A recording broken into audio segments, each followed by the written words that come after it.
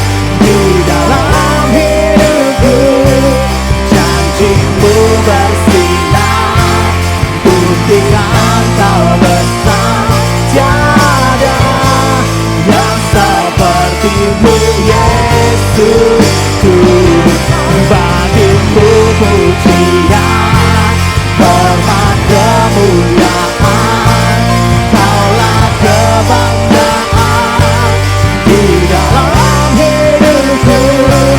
Janjimu bersinar, buktikan Kau besar. Tiada yang seperti-Mu, Yesus Tuhanku. Haleluya.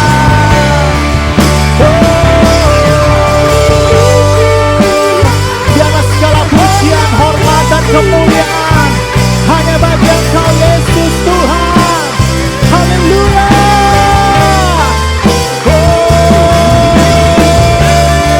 Sama-sama kita katakan, bagimu pujian, bagimu pujian, hormat kemuliaan, Kaulah kebanggaan di dalam hidupku.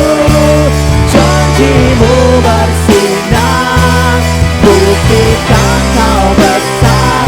Tiada yang seperti-Mu, Yesus. Katakan, bagimu pujian, bagimu pujian, hormat kemuliaan, Kaulah kebanggaan di dalam hidupku. Janjimu bersinar, buktikan Kau besar. Tiada yang seperti-Mu, Yesus Tuhan. Tiada yang seperti-Mu, Yesus Tuhan. Tiada yang seperti-Mu, Yesus Tuhanku. Haleluya. Mari lebih sorak-sorai kemuliaan bagi Allah kita. Haleluya, Yesus Tuhan. Oh, dahsyat Engkau Tuhan. Haleluya. Haleluya. Dan bagimu segala pujian, hormat dan kemuliaan sampai selama-lamanya. Terpujilah Engkau Tuhan di dalam nama Yesus. Yang setuju dengan saya, sama-sama kita katakan amin. Tuhan Yesus memberkati kita. Haleluya.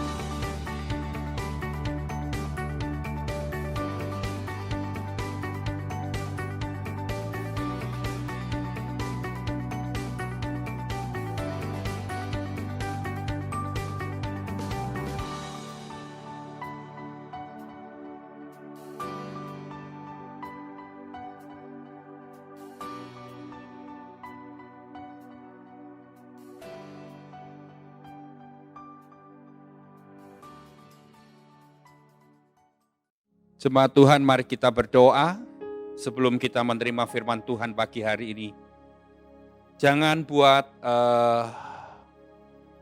rutinitas saja kita berdoa, kita mendengar firman dalam ibadah-ibadah kita online bulan-bulan ini. Tapi ikuti setiap liturgi, setiap acara dalam ibadah ini dengan sungguh-sungguh. Jangan sebagai rutinitas saja, saudara. Jangan, ya, ikuti benar-benar. Dan kalau kita lagi berdoa, sungguh-sungguh menghadap kepada Tuhan dan buka hatimu sungguh-sungguh. Kalau kita dengar firman, siapapun yang menyampaikan, hargai firman Tuhan baik-baik. Hargai sungguh-sungguh. Karena siapapun yang menyampaikan firman di tempat ini, firman apapun yang disampaikan, pesan apapun, itu sungguh-sungguh sangat berguna. Saya alami dari minggu ke minggu ketika yang menyampaikan firman Tuhan itu hamba Tuhan lain. Saya mendapatkan berkat-berkat rohani. Karena apa? Karena saya selalu membuka hati, saya selalu menanti-nantikan pesan itu.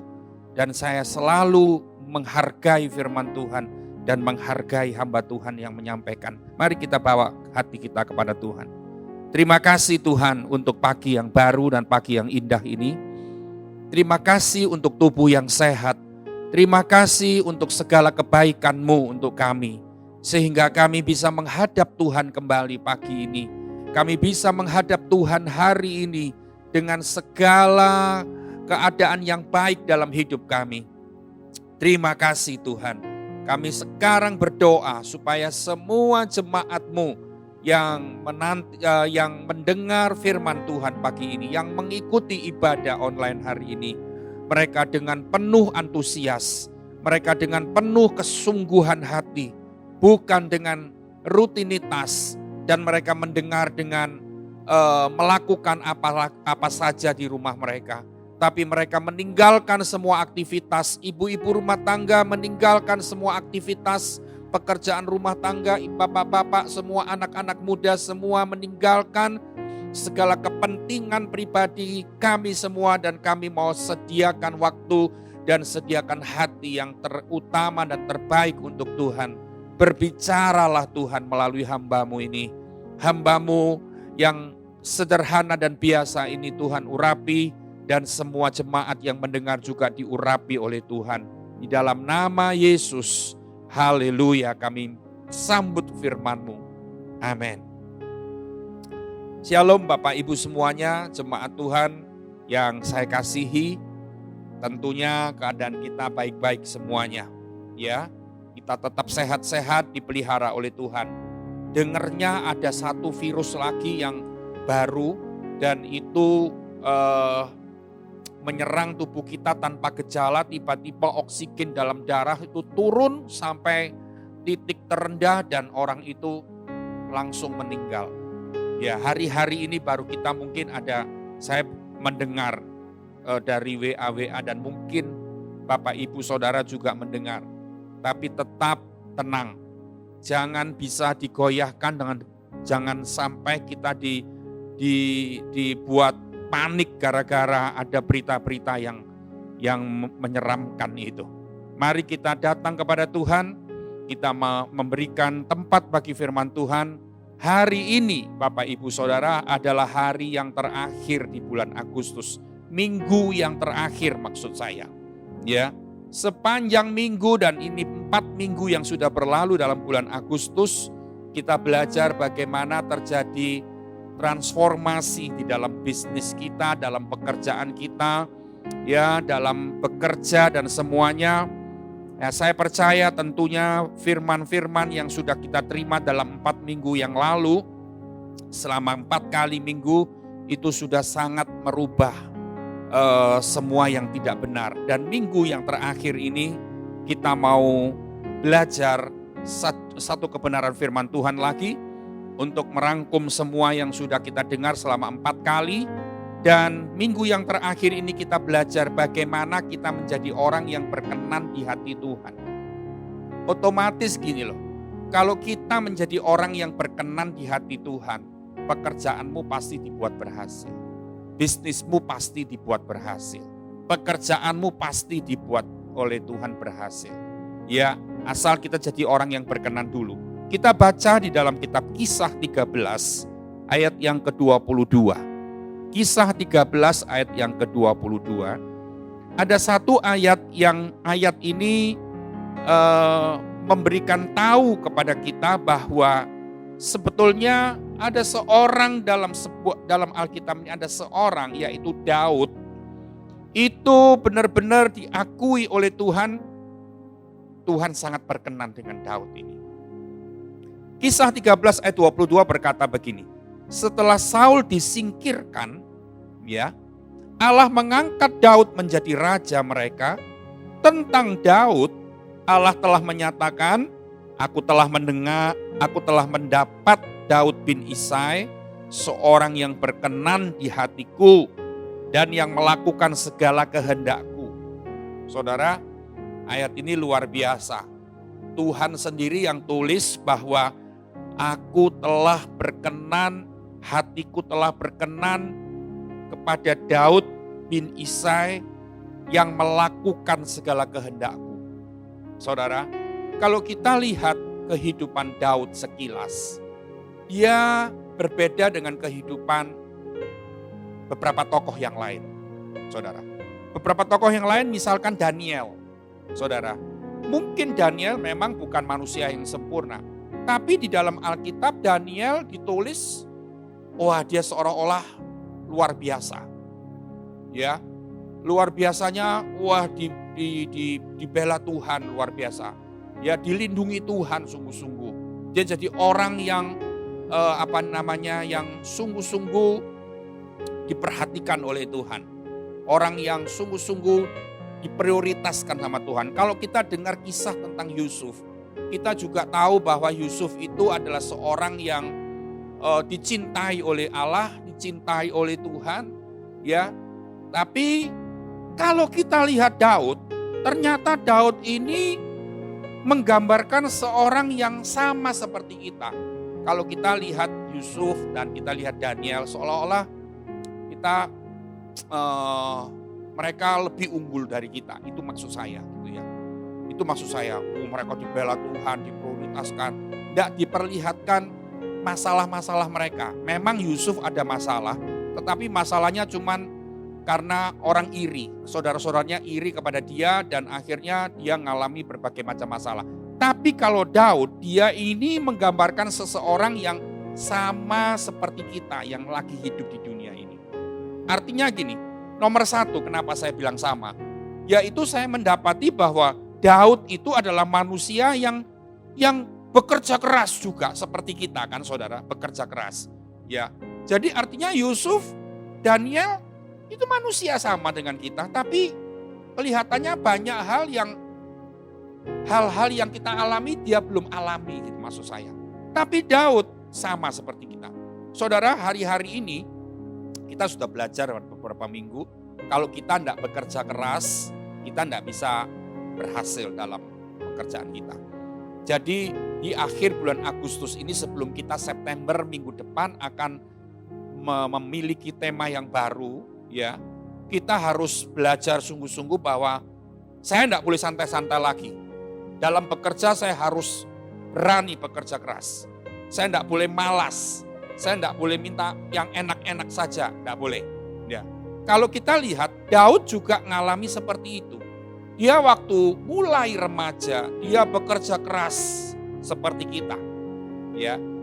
Dia tidak mengalami kesuksesan yang mudah, tidak. Ya. Kita lihat saudara, cerita Daud sejak remaja, Daud itu adalah seorang gembala yang harus bekerja keras di padang tiap hari.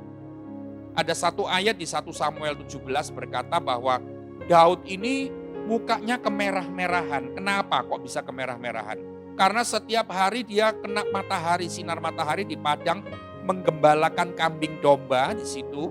Saudara, ini menandakan bahwa Daud tidak santai-santai di rumah. Ya, sebagai seorang anak yang paling kecil, bungsu dari keluarga Isai, Daud bekerja keras. Daud berjuang, ya, dengan sinar matahari, dengan panas terik matahari. Apalagi di 1 Samuel 17 juga ditunjukkan bahwa tiap hari Daud berjuang dengan binatang-binatang buas. Di padang itu sedang dia menggembalakan kambing domba ayahnya. Seringkali terjadi binatang buas mau terkam domba-domba itu, kambing domba Daud. Dia selalu berjuang melawan binatang-binatang buas ini. Ini sesuatu yang tidak mudah. Ya, tiap hari dia harus berjuang, bekerja dengan payah gitu kan. Apalagi tadi saya bilang Daud bekerja keras, itu buktinya apalagi. Saudara, waktu Daud diurapi menjadi raja, ternyata Daud tidak langsung berkuasa. Ya. Waktu Daud diurapi menjadi raja itu sekitar umurnya masih remaja. Tapi ternyata tidak langsung berkuasa. Daud harus menunggu waktu bertahun-tahun dengan perjuangan yang keras sebelum akhirnya dia dapat menduduki takhta Israel.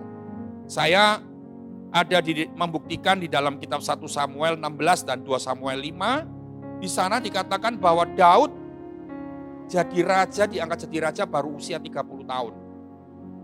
Padahal dia diurapi jadi raja umur belasan tahun. Artinya dia harus bertahun-tahun menunggu itu. Berjuang untuk menduduki takhta Israel. Ini sesuatu yang kita tahu bahwa Daud tidak enak-enakan. Yang kedua, saudara, tadi saya bilang Daud seperti kita, seorang manusia biasa yang sama dengan kita yang hari-hari ini lagi harus berjuang keras di dunia ini, di bumi ini. Yang kedua, Daud adalah manusia yang juga alami masalah dan penderitaan seperti kita. Ya saudara, masalah apa Daud? Mungkin saudara bilang, Daud masalah apa? Nomor satu, Daud mengalami masalah dalam pekerjaannya. Saudara, Daud mengalami masalah dalam karirnya, dalam pemerintahan Saul. Ya, karena apa? Karena Saul iri dengan Daud. Karena dia tahu bahwa Saul akan disingkirkan oleh Allah dan Daud diangkat oleh Allah menjadi raja menggantikan Saul. Saul iri, saudara. Dan menghadapi seseorang yang iri hati kepada Daud, Daud ini bukan sesuatu yang mudah. Ancaman-ancaman Saul begitu gencar, saudara. Dia harus menghadapi semua itu, ancaman-ancaman dan bahaya-bahaya itu, saudara. Apalagi masalah apalagi dalam kehidupan Daud. Wow, saudara, ternyata Daud bukan cuma mengalami masalah dalam karir dan pekerjaan, tapi Daud mengalami masalah dalam keluarga juga. Apa itu? Saudara, kalau kita lihat di kitab 2 Samuel, keluarga Daud ini, anak-anak Daud satu dengan yang lain ini bertikai. Nah, ini saudara, semua orang tua pasti akan menderita melihat anak demi anak satu dengan anak yang lain tidak bisa rukun, sedang bertikai. Nah, saudara, itu yang dihadapi oleh Daud juga. Dan salah satu anaknya adalah Absalom. Anak ini adalah seorang pemberontak. Sungguh-sungguh benar, pemberontak. Saudara, akhirnya sampai akhir hidup Absalom, anak dari Daud itu, akhir hidupnya tragis. Ya, dia mati karena pemberontakannya, saudara.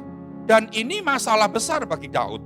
Nah, saudara, apalagi yang dilakukan Daud, yang Daud alami sebagai seorang manusia. Tadi saya berkata sama seperti kita yang lagi berjuang di bumi ini. Saudara, Daud adalah manusia yang kadang suka jatuh juga dalam dosa. Seperti kita kan, saudara, ya kan? Kita tidak bisa terus ada di awan-awan terus, tidak bisa. Kadang kita sudah mempertahankan hidup yang kudus, ternyata kita juga masih bisa kepleset jatuh juga. Itu kan, saudara? Ya, jatuh itu ternyata dalam beberapa hal gitu ya, saudara. Kita mau taat, akhirnya kita tidak taat lagi, jatuh lagi. Seringkali seperti itu. Sama seperti Daud. Daud jatuh dalam dosa perzinahan, kita sudah tahu itu. Ya. Yang kedua, Daud pernah jatuh dalam dosa kesombongan. Karena dia merasa masih muda, sudah dipakai oleh Tuhan, sudah dipercaya oleh Tuhan untuk menggantikan seorang raja yang sudah tua, raja yang sudah senior, Saul. Wah, dia merasa gitu kan. Sebagai seorang manusia kan kadang-kadang muncul itu, kedagingannya muncul, hawa nafsunya muncul, dia mulai sombong, mulai dia merasa, aku dicintai, kamu yang sudah tua, kamu disingkirkan sama Allah. Kan begitu, saudara. Ini Daud ngalami semua, sama seperti kita. Yang pertama, Daud harus bekerja keras, kita juga harus bekerja keras. Dan firman Tuhan berkata, kalau kamu tidak mau bekerja, tidak usah makan. Tapi saudara, saya ingatkan lagi, jangan beralasan saudara akhirnya mendewakan pekerjaan saudara, dan akhirnya saudara cuma pakai ayat itu berkata, kan Tuhan bilang kita harus bekerja, kalau tidak bekerja tidak boleh makan. Tapi saudara dengar, saudara harus bekerja sesuai dengan porsi yang cukup, porsi yang sudah ditentukan. Tidak boleh sampai mabuk. Di minggu kedua bulan Agustus ini saya berkata, tidak boleh mabuk dengan apapun. Tidak boleh mabuk dengan pekerjaanmu. Tidak boleh mabuk dengan hartamu. Kalau engkau dikasih kepercayaan banyak kekayaan, banyak harta, keberhasilan dalam bisnismu, dalam pekerjaanmu. Tidak boleh mabuk. Tidak boleh mabuk dengan apa-apa. Kalau kamu punya anak yang mencintai kamu, tidak boleh mabuk dengan anakmu. Orang yang mabuk itu tandanya apa? Saya sudah bilang beberapa minggu yang lalu. Dia akan menjadi orang yang lupa diri. Lupa diri. Dan dia orang mabuk tidak tahu keadaannya bagaimana. Dia tidak menyadari keadaannya. Ya saudara, sudah lupa sama Tuhan, sudah jauh sama Tuhan, sudah mendewakan yang lain, bukan Tuhan yang didewakan, sudah tapi dia tidak ingat. Dia lupa diri. Nah, hati-hati. Ya saudara, jangan sampai seperti itu. Nah, saya tadi katakan Daud ngalami masalah-masalah yang sama. Daud ngalami harus bekerja keras. Daud juga mengalami masalah penderitaan dalam keluarga, dalam pekerjaan, karirnya. Daud mengalami juga jatuh dosa dan sebagainya. Tetapi pertanyaannya, kenapa Daud itu sangat berkenan di hati Tuhan? Ini dia. Ya, ini yang kita pelajari fokus firman Tuhan hari ini. Kenapa Daud seperti kita? Dan mungkin saudara bilang gini, kalau aku nih hidup di dunia ini masih bergumul dengan dosa, masih bergumul dengan masalah penderitaan, masih harus bekerja keras, mana bisa jadi orang yang berkenan? Bisa, ternyata Daud ngalami.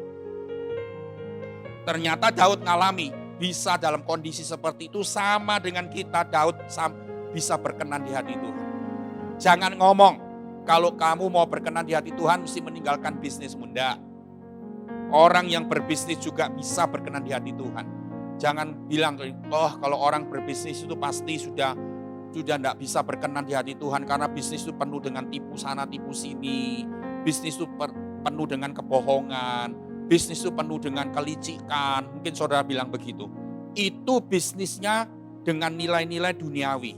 Tapi kalau kita berbisnis, kita bekerja dengan nilai-nilai kerajaan Allah itu beda. Tidak ada tipu sana tipu sini, tidak ada licik-lician. Ya saudara, tidak ada kebohongan-kebohongan. Saudara, semua dilakukan dengan benar, semua dilakukan dengan bersih, ya sesuai dengan norma-norma firman Tuhan, semua dilakukan dengan nilai-nilai luhur kerajaan Allah, maka bisnismu dan engkau yang berbisnis, engkau bisa berkenan di hati Tuhan. Saya tahu itu. Nah, saudara, kita pelajari dari kehidupan Daud. Yang pertama, kita pelajari, Daud ini sungguh membangun hubungan yang intim dengan Tuhan sejak dia muda. Mazmur 71 ayat yang ke-5. Coba kita baca. Mazmur 71 ayat yang ke-5. Ya. Yang pertama, kenapa Daud bisa jadi berkenan di hati Tuhan? Karena Daud ini sangat membangun hubungan yang intim dengan Tuhan sejak dia muda. Kalau anak muda zaman sekarang bilang, aku anak muda mana bisa berintim dengan Tuhan. Kalau nanti sudah tua, mungkin bisa intim dengan Tuhan. Itu anak muda yang hidupnya dikuasai oleh duniawi seperti itu. Jangan sampai ada anak muda yang hidupnya dikuasai oleh duniawi, yang mau hidupnya berhasil, yang mau jadi orang berkenan. Saya tadi kan bilang, kalau kita jadi orang berkenan di hati Tuhan, termasuk bisnismu pun akan diangkat terus oleh Tuhan. Dan kamu jadi anak muda yang pengen berhasil dalam bisnis apapun kau kerjakan, tapi engkau tidak mau berkenan di hati Tuhan, nggak mau membangun hubungan yang intim dengan Tuhan, omong kosong.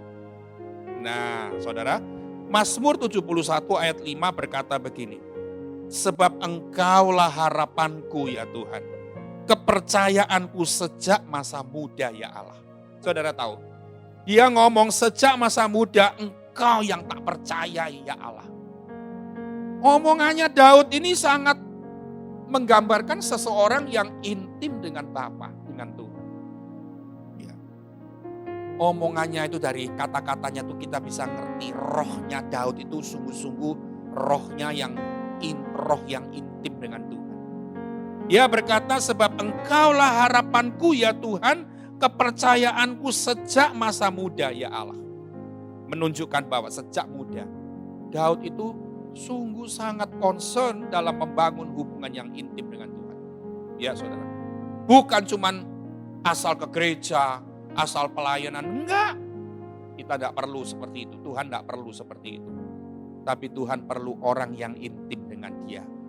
Dia selalu ada di hatinya.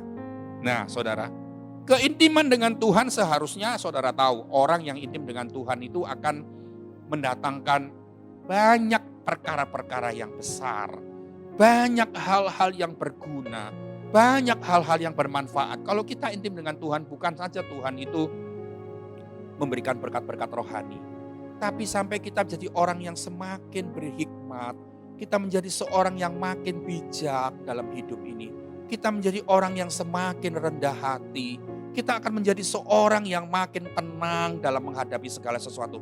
Ternyata yang saya ucapkan satu demi satu baru ini, itu sangat berguna untuk meniti karir saudara.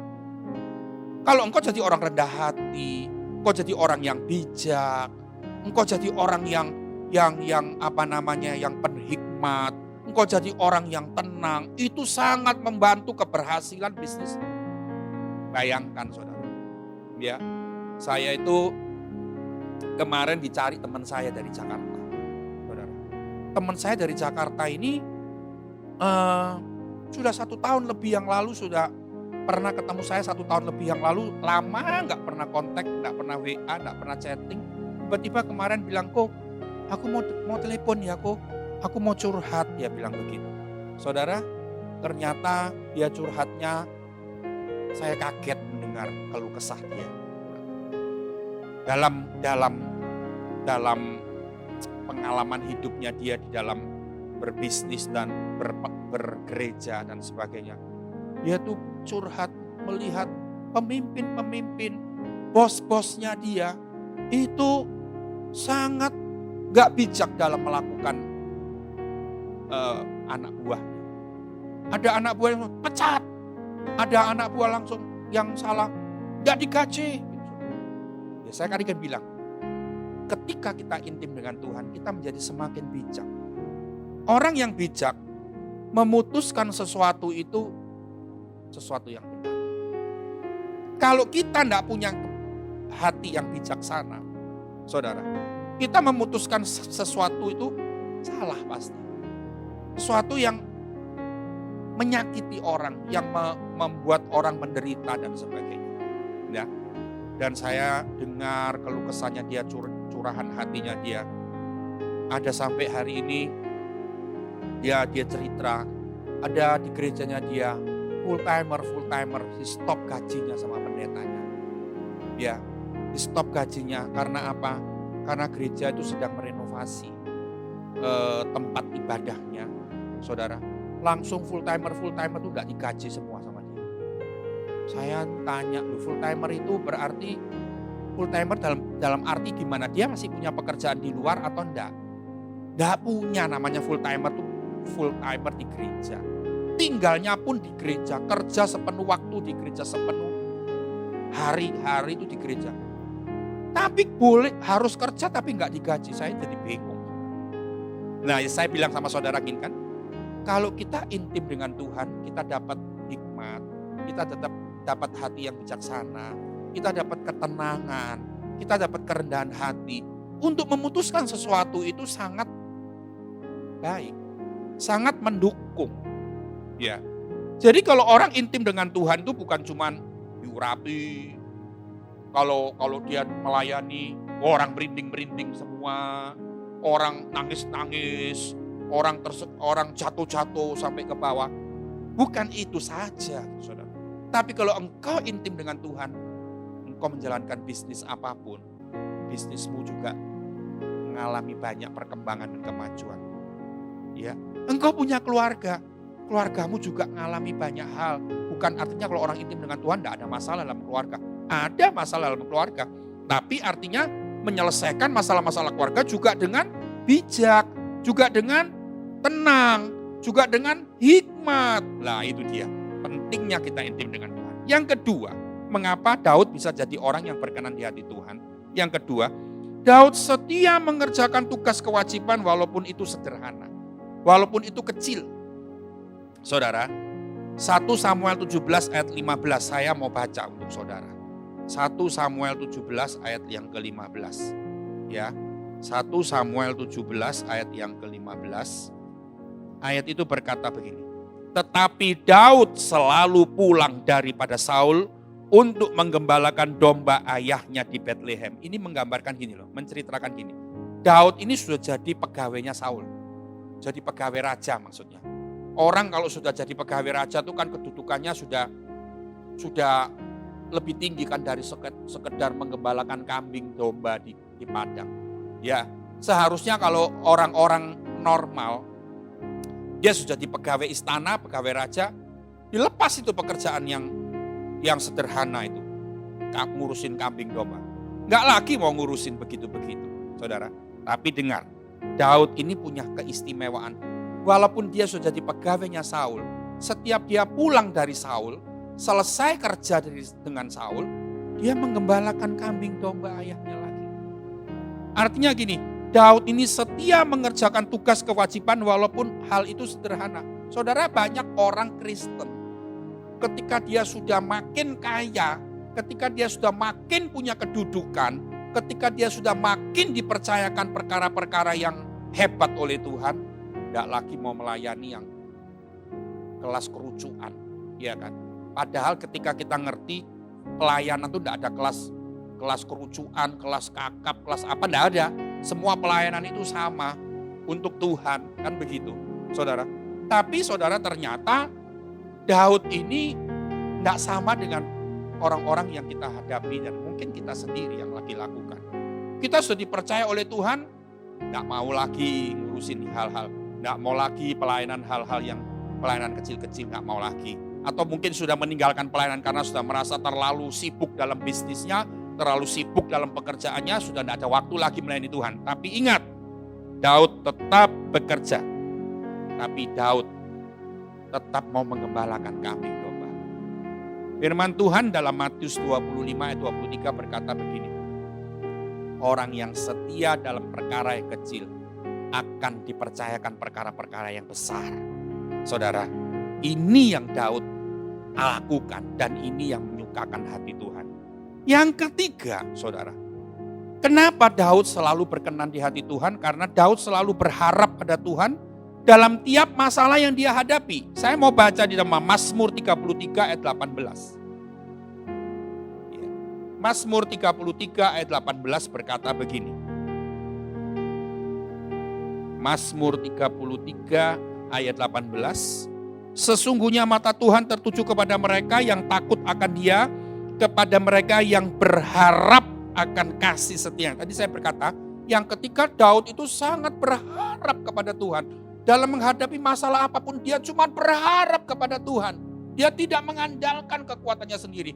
Dalam masalah keluarga, menghadapi anak-anak yang bertikai, menghadapi anak yang memberontak, dia berharap akan pertolongan Tuhan. Dia berharap tangan Tuhan yang mengerjakan sesuatu, memulihkan keadaannya.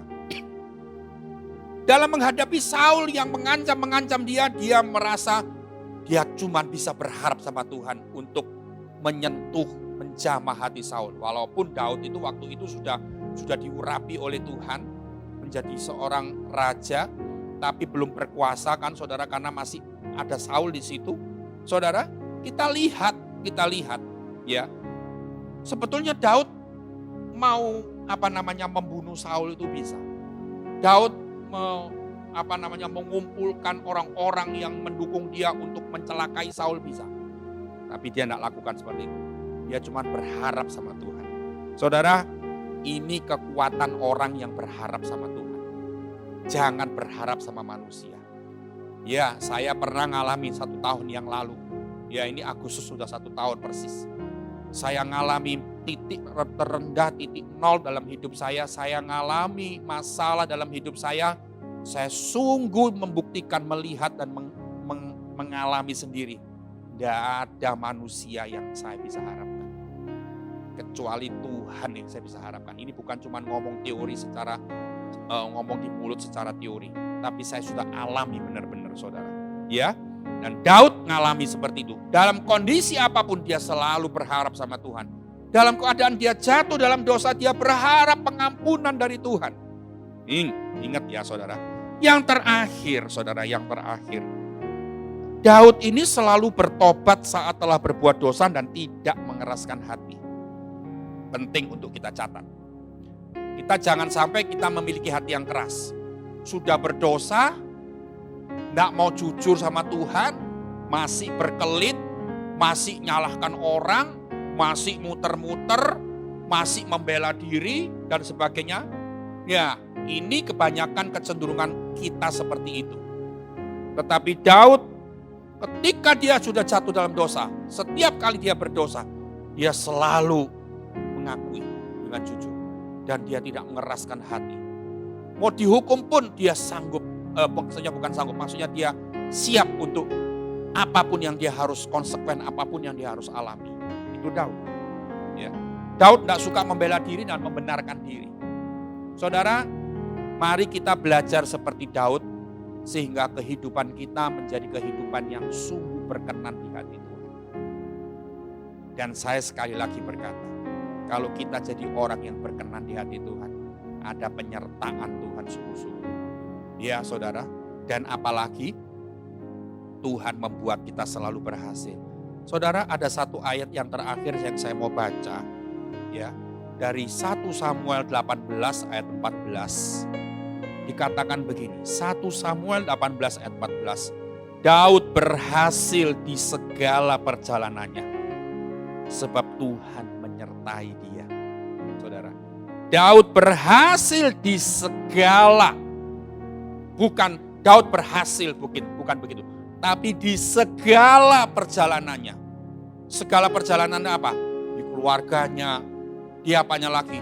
Di pekerjaannya, di karirnya, di kesehatannya, di segala bidang kehidupannya. Perjalanannya sama Tuhan dibuat berhasil. Karena apa? Karena Tuhan berkenan dengan Daud. Sebab itu Bapak Ibu Saudara, hari-hari ini mari kita belajar. Ya, pertama, bangun hubungan yang intim dengan Tuhan sejak muda. Kalau kita hari ini sudah tua, mulai sekarang, gak usah tunggu apa-apa lagi. Orang tahu bahwa orang yang intim dengan Tuhan itu manfaatnya banyak. Tapi banyak orang Kristen masih menjalin hubungan intim dengan Tuhan sulit setengah mati. Yang kedua, Daud setia mengerjakan tugas kewajiban walaupun itu sederhana. Setialah dalam perkara yang kecil. Yang ketiga, Daud selalu berharap pada Tuhan dalam tiap masalah yang dia hadapi. Jangan pernah mengandalkan siapapun.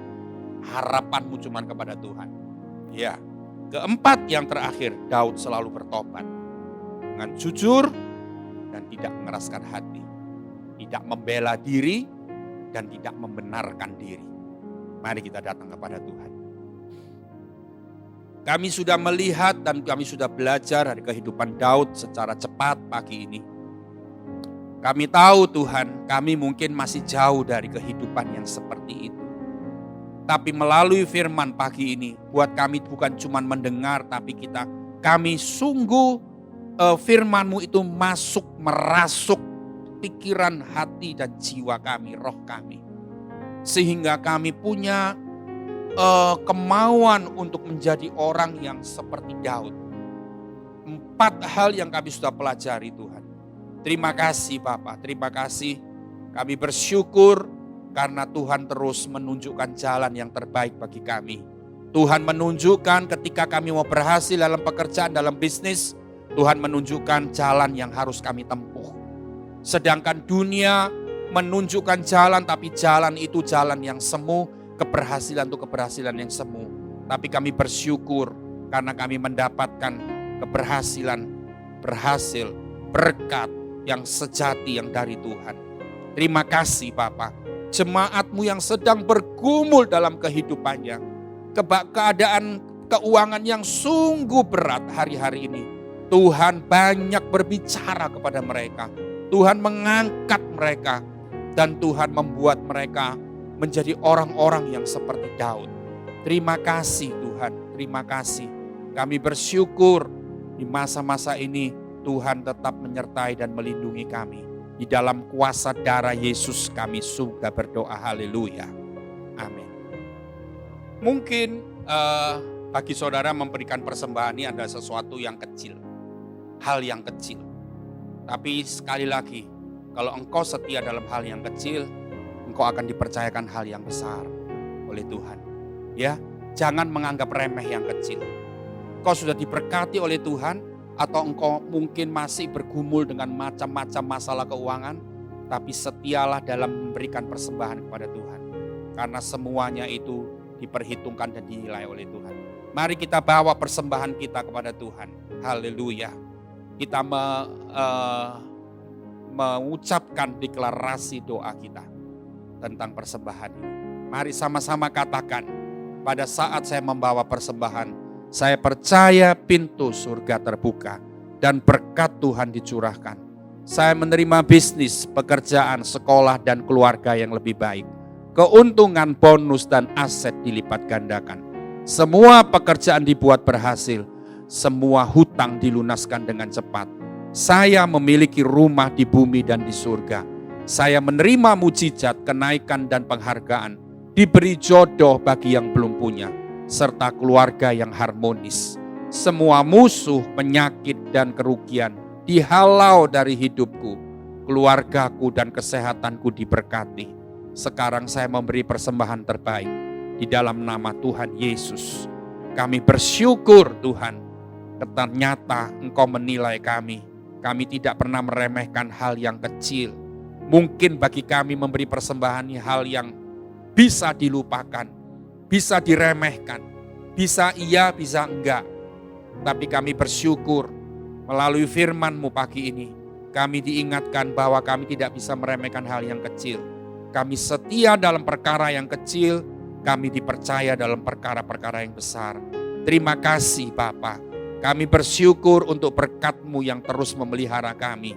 Sampai hari ini, Engkau tidak pernah meninggalkan kami. Engkau tetap membuat kami sehat, makanan, minuman selalu Engkau sediakan di rumah kami dengan limpah. Kekuatan, kesehatan Engkau selalu sediakan bagi kami di tengah-tengah pandemi ini. Itu semua adalah berkat Tuhan. Kami memuji Engkau dan melalui persembahan ini kami memuliakan nama-Mu. Dalam nama Yesus. Amin. Oh Yesus.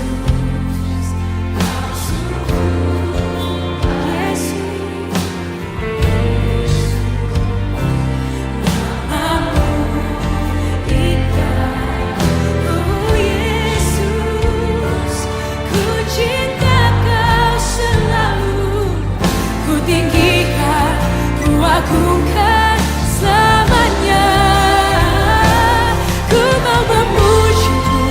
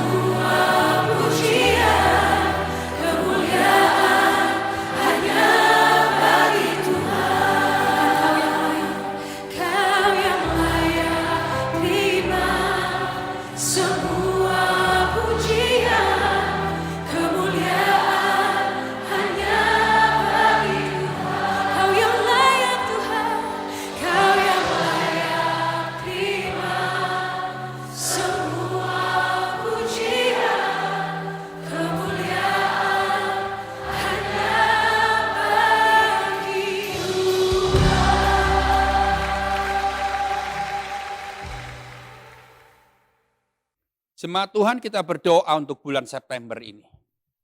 Dan untuk bulan-bulan ke depan. Saya sampai hari ini kalau ditanya jemaat kapan buka, saya nggak bisa ngomong kapan buka. Ya saudara. Dan saya dengar dan beberapa hamba-hamba Tuhan yang diurapi dalam urapan Nabi, mereka sedang bernubuat untuk keadaan dunia ini, keadaan di bumi ini, bulan-bulan September, Oktober ini ada sesuatu yang lebih membahayakan. Saudara, yang penting begini, ayo sementara kita harus beribadah di rumah secara online, sungguh-sungguhlah. Firman demi firman perhatikan sungguh-sungguh. Ya, saudara, saya ingin saudara tidak jadi orang Kristen yang tanpa perubahan. Tapi saudara jadi orang Kristen yang berubah menjadi lebih baik. Karaktermu makin baik. Kalau engkau suka ngomong yang kasar, jadilah lebih halus. Kalau omonganmu suka menusuk hati orang, jadilah omongan-omongan yang memberkati. Kalau engkau suka memberontak, suka marah, suka melawan orang, dan suka hal-hal yang keras-keras.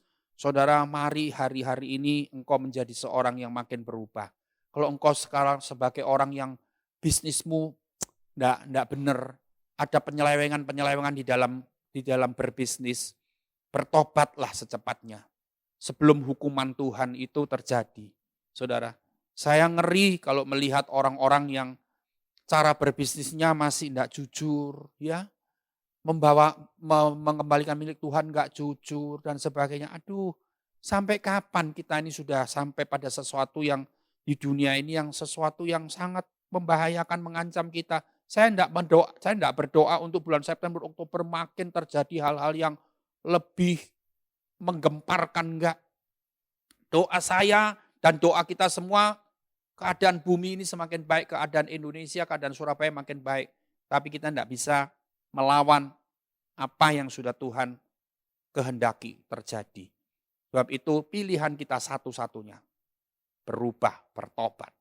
Meninggalkan kejahatan kita. Meninggalkan semuanya yang enggak baik. Jangan merasa bahwa kita sudah baik, enggak perlu berubah.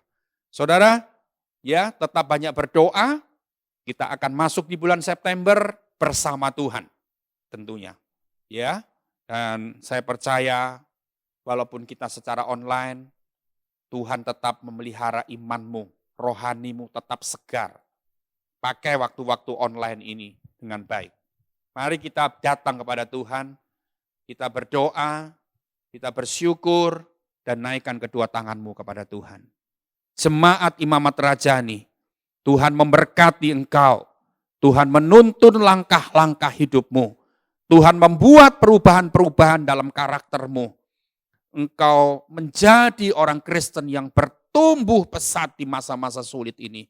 Engkau menjadi orang-orang yang sungguh melihat kemurahan Tuhan. Engkau bukan orang yang ditinggalkan di tanah yang gersang, tapi engkau menjadi orang-orang yang dipelihara di tanah yang subur. Terima kasih untuk berkat-Mu kepada jemaat-Mu Tuhan.